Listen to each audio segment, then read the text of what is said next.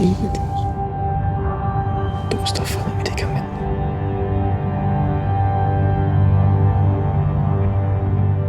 Ich und meine Freundin, wir haben bei dem Medikamententest mitgemacht. Fast allen geht's da schlecht, richtig schlecht. Einer ist sogar gestorben. Sie sagten, Sie leiden an Schizophrenie, richtig? Ja, Sie müssen dahin und den Test stoppen. Ich kenne dich jetzt seit 10 Jahren, es gibt kein Mädchen. Du bist einfach so ein paranoider Freak. Du machst also nichts, ja? Ich will nicht alleine hier. Ich bin nicht lange weg.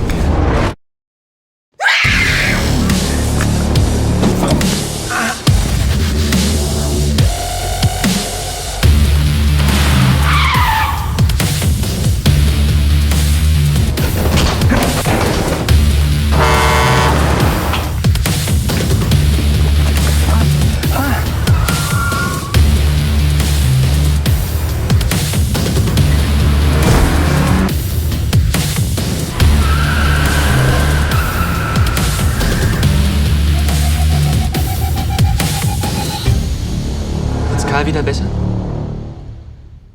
Deutlich, deutlich besser.